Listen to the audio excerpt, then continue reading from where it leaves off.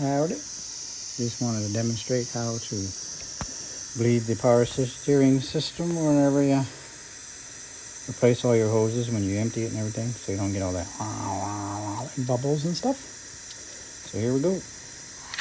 Just start a vacuum on it on the smaller hose.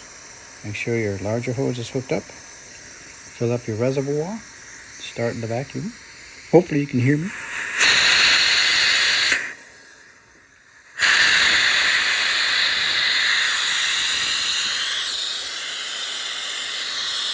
And keep the reservoir full as it goes down.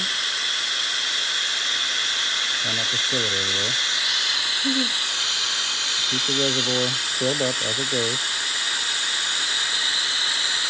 And you'll be doing two things. You'll be flushing it as well as getting all the air out. And that's what you do.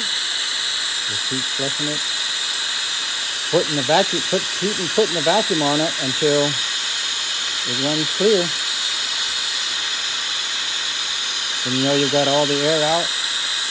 And you won't get all that from air bubbles.